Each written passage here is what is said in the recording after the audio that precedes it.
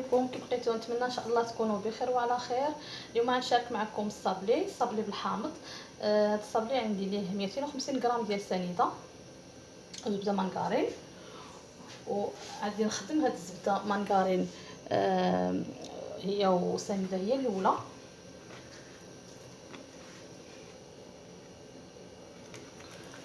غادي نخدم الزبده مانكارين مع السنيده مزيان حتى تتجانس.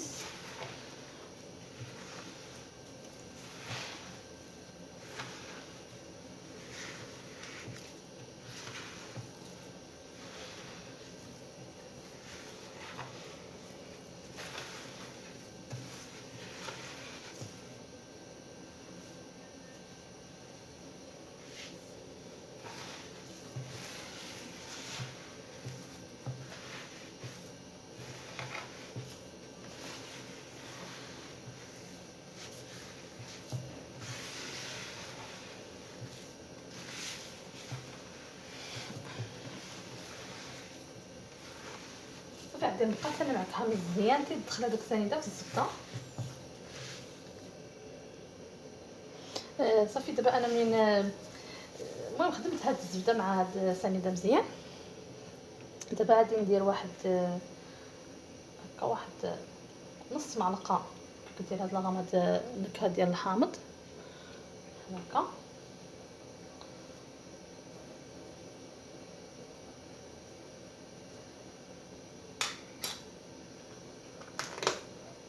وغادي ندير واحد القبيصه ديال الملحه وواحد شويه ديال الحامض محكوك. هاد الحامض راه كان عندي مكونجيلي، درت شي باش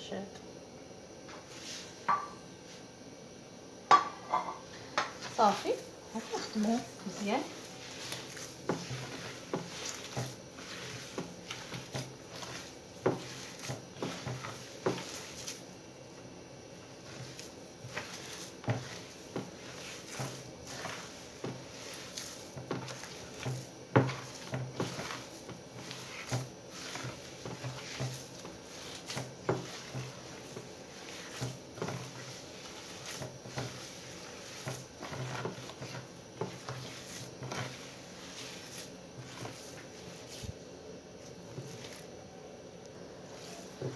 وغادي نزيد دابا من هاد العناصر هادو صافي تجانسوا. غادي ندير هنا عندي كاس ونص ديال الزيت، يعني المهم حتى هنا عندي زلافه هكا ما عمرش، يعني كاس ونص ديال العنبه ديال الزيت هكا عبرتهم بالعنبه.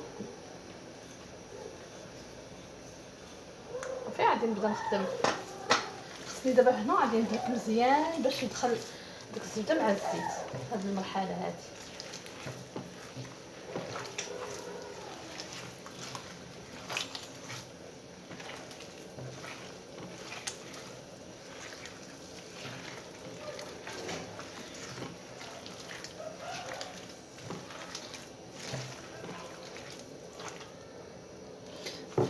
صافي دابا هاد الخليط كيجي بحال الكريمي. انا تندلكو هكا تنبقى نحك هكا السكر وكلشي باش يذوب.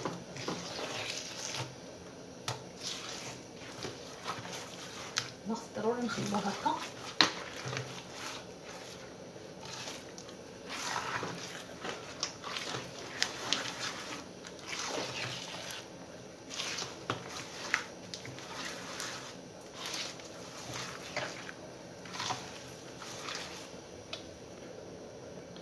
صافي دابا الزيت، صافي دابا انا داك الزيت وداك الشيء راني دخلته مزيان في هاد صافي تا ولا بحال هكا كريمي. دابا غادي ندير هاد 3 البيضات غنديرهم. البيض هو الاخر، يعني حتى هذاك الزيت وسنيده وداك الشيء كامل نبقاو نديرو حاجه بحال، ما كنديروش كلشي في مره. السنيده والزبده هي الاولى، موراها عاد نديرو الزيت وموراها كنديرو البيض.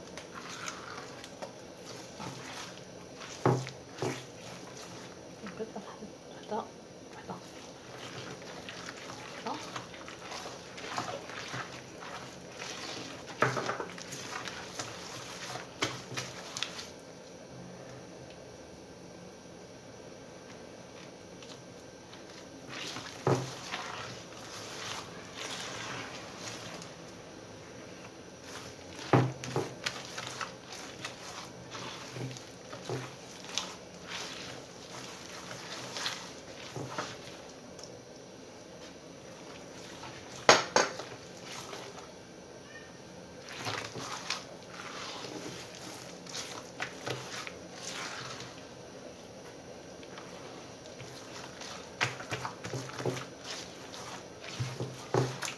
عاوتاني تنخدم هذاك البيض مزيان في هذاك الزبده وداك الشيء حتى تيولي بحال الكريم تا هو بحال هكا تيدخل في وسط داك العناصر كلهم تنسجموا.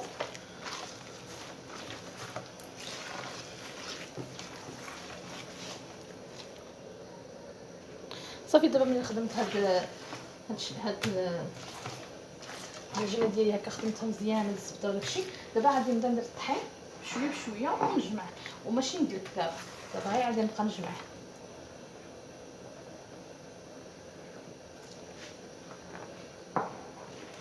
غنبقى نجمعها غير بشويه بشويه.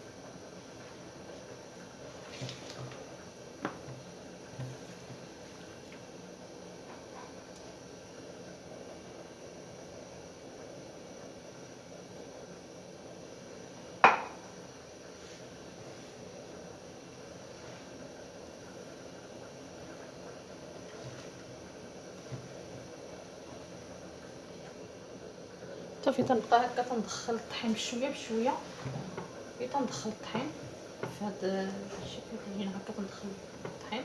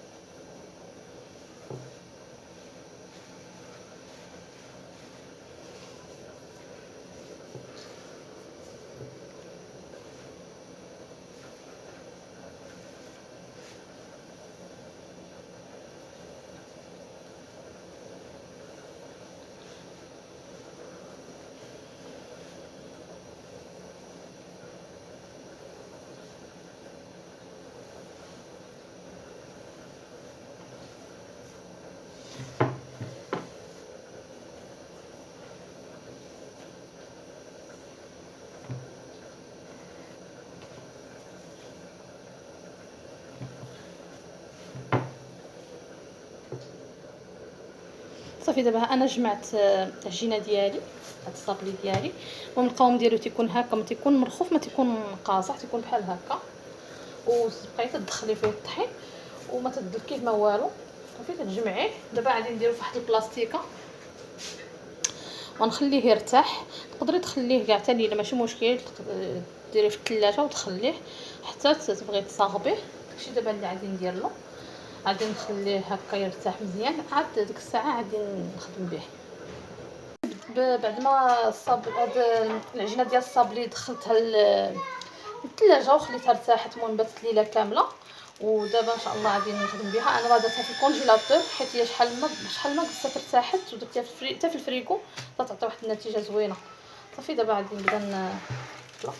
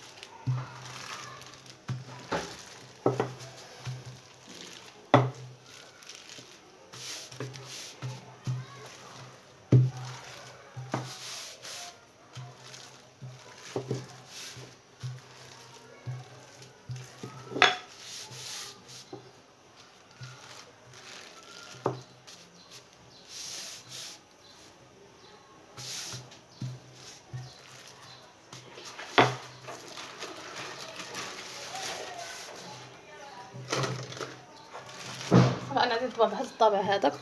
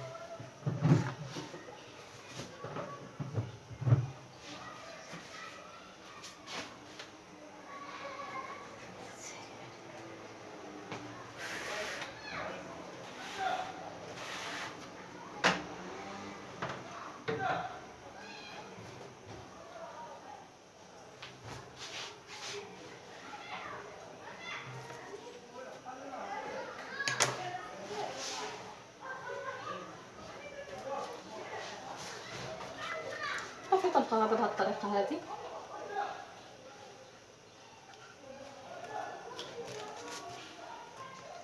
تنبرك شي شويه بحال هكا باش هذاك الرشمه تعطيني الصوا.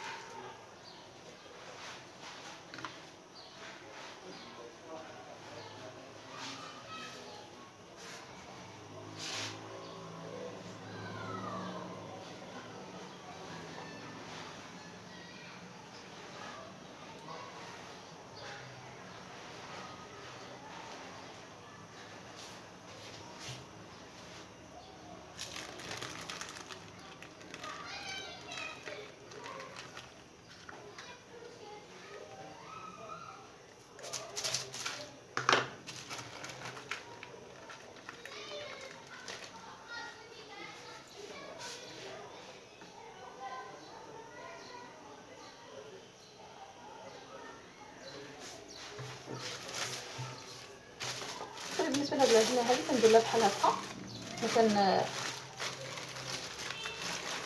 كنديرها بحال هكا وكنولي نطلقها.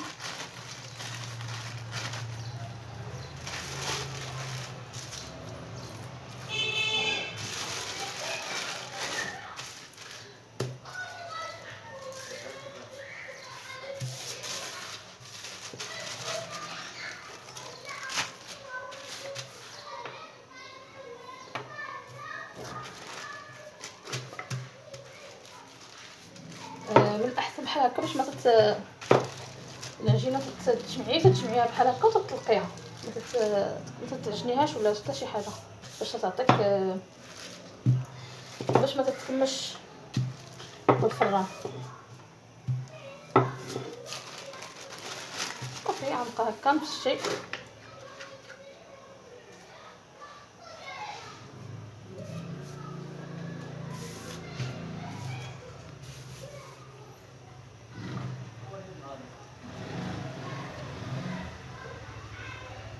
ضروري ندير في الطحين باش ما تلصقليش.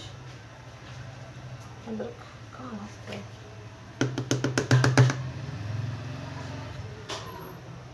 هكا حيت الزائد ليها في الوسط ونديرها في اللاطه.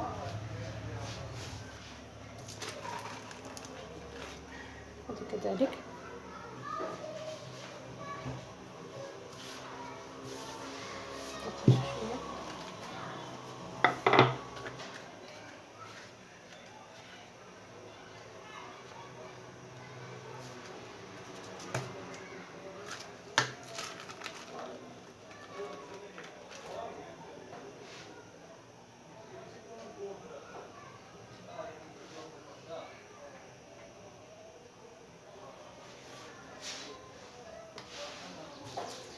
صافي. تنبقى غادا بحال الطريقه هذه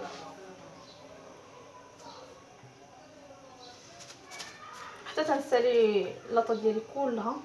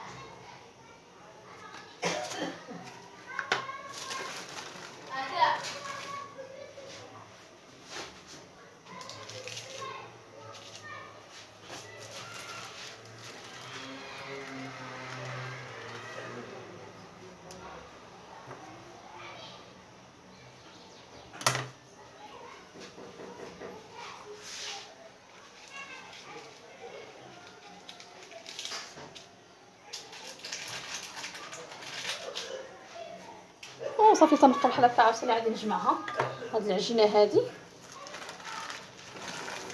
صافي نبقى غادا بهاد الطريقه حتى نسالي اللاطه ديالي كامله.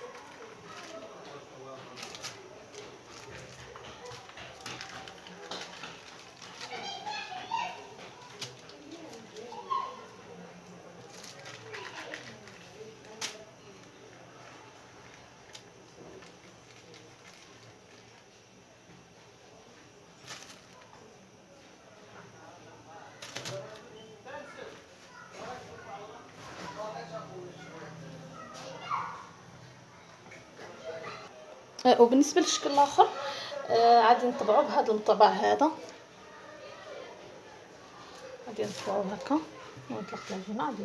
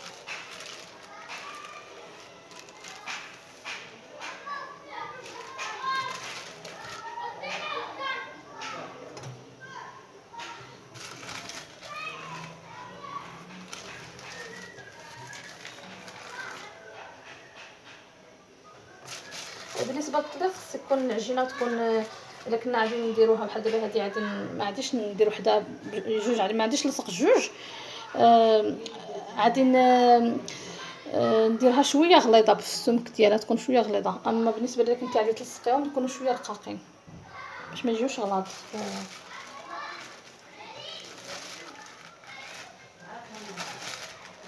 صافي غنبقى هكا غادا حتى نسالي ان شاء الله كلشي.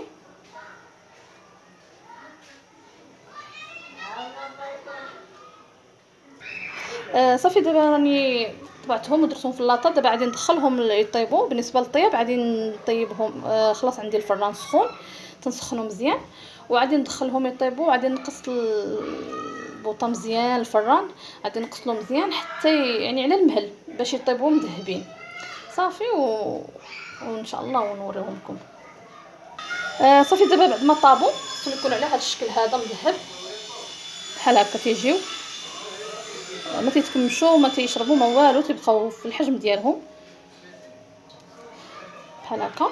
هذا الشكل هذا عاوتاني الطول هكا تيجي تو تيبقى في الحجم ديالو. صافي ان شاء الله دابا غادي نفينيهم، غادي ندير لهم الفينيسيون وانتم معايا. بالنسبه للصابلي ديالي غادي نزوقو بهذه الطريقه هذه، هذا الشكل هذا غادي ندير له بحال هكا.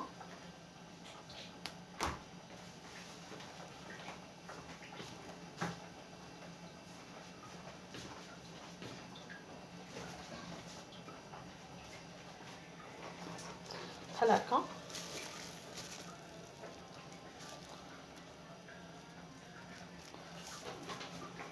نعاود ندير هكا.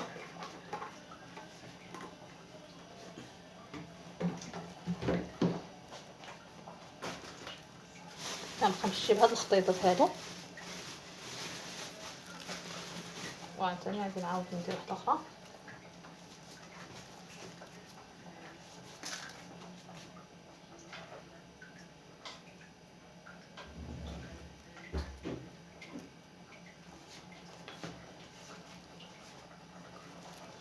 صافي بحال هكا.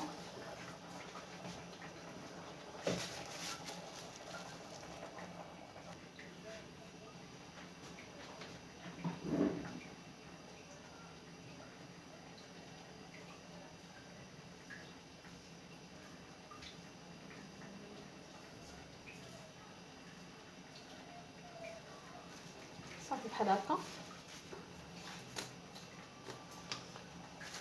صافي. بالنسبه لهاد التعليكه هذه اللي صاوبت اللي غادي نلصق بها، درت فيها حامض حامض جوج ديال الحامضات هكاك، المهم حتى 3 تعصريهم وتديري فيهم نص كاس ديال الماء وتديري فيهم 4 حتى 5 ديال المعالق كبارين ديال سنيده وتخليهم تيوليو بحال السيرو. من بعد تضفي عليهم تديري عليهم هذيك الساعات الشكلاط ابيض صافي باش يعطيك بحال هذا اللون. تديري عليه نكهه ديال الحامض هكا باش تيجي هذا اللون وتجي النكهه ديال الحامض كثيره وتجي صراحه تجي لذيذ. هاد التعليكه تجي لذيذه. دابا غادي ندير بحال هكا، غادي نزيد واحد شويه الطيره هكا ونهز وحده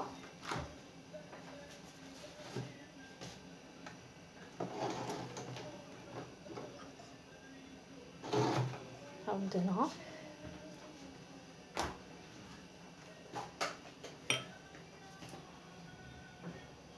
بحال هكا.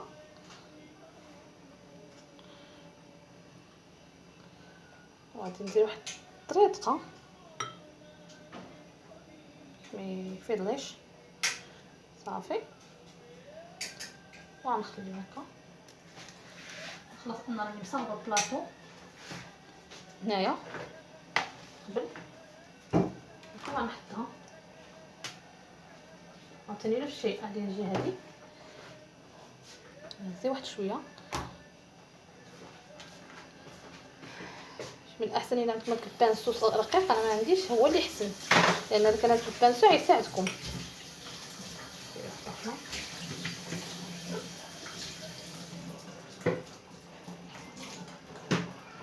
هكا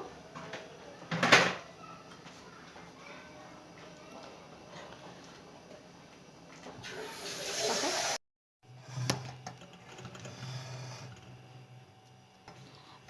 بالنسبه للصابلي، هذا الصابلي هذا اللي طويل تيجي بحال هكا،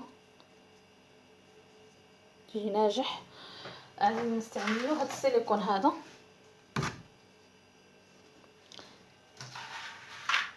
غادي ندير له هاد التعليقه، غادي نلصقو بهاد التعليقه. بالنسبه لهاد التعليقه باش خدمتها درت لها تقريبا واحد 3 ديال الحامضات يعني الليمونات،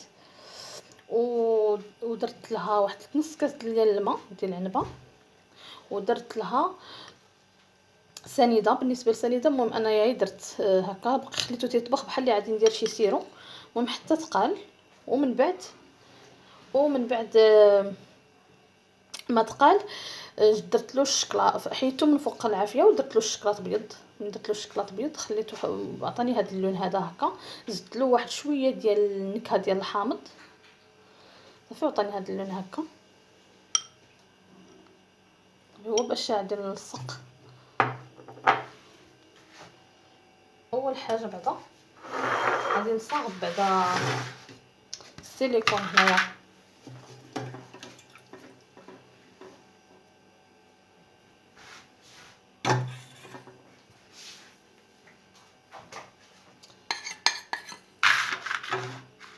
السيليكون بحال هكا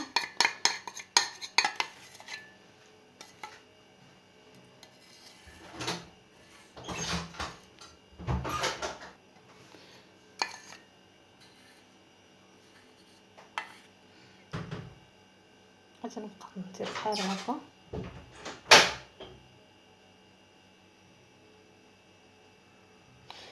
غادي نعاود ما نعمرهاش حتى الفوق باش ما تفيضش.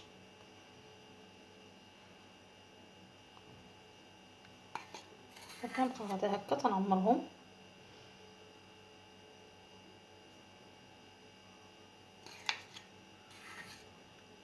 عفوا هذا ماشي السيليكون هذاك ديال البلاستيك. المهم تقدر دير، المهم كل واحد شنو تيدير الشكل اللي تيدير.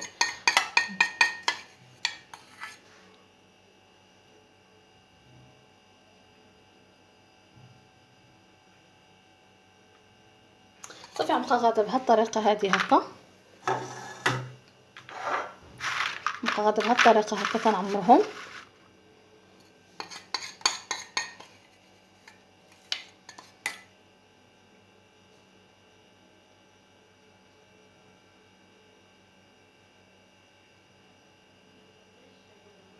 نبقى غاده هكا تنعمرهم ان شاء الله حتى نساليهم.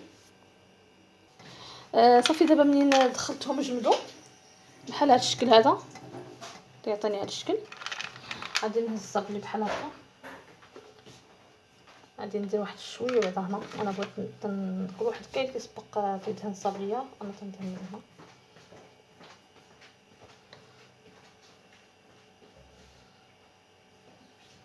بحال هكا.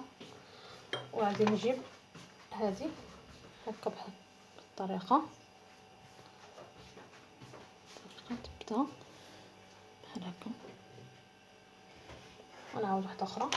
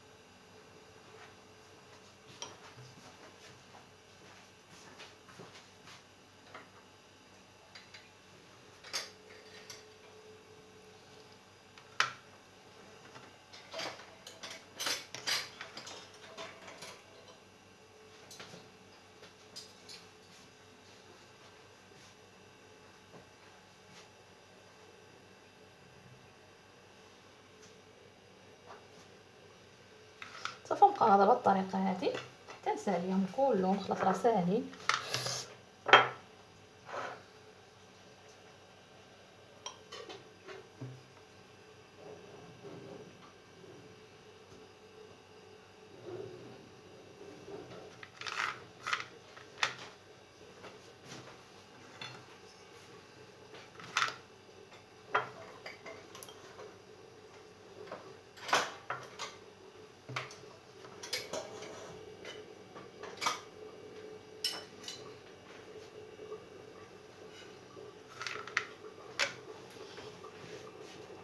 صافي دابا هادو هما الشكل ديالهم. المهم انا راني عندي الكماله الاخرى راني صاغباها.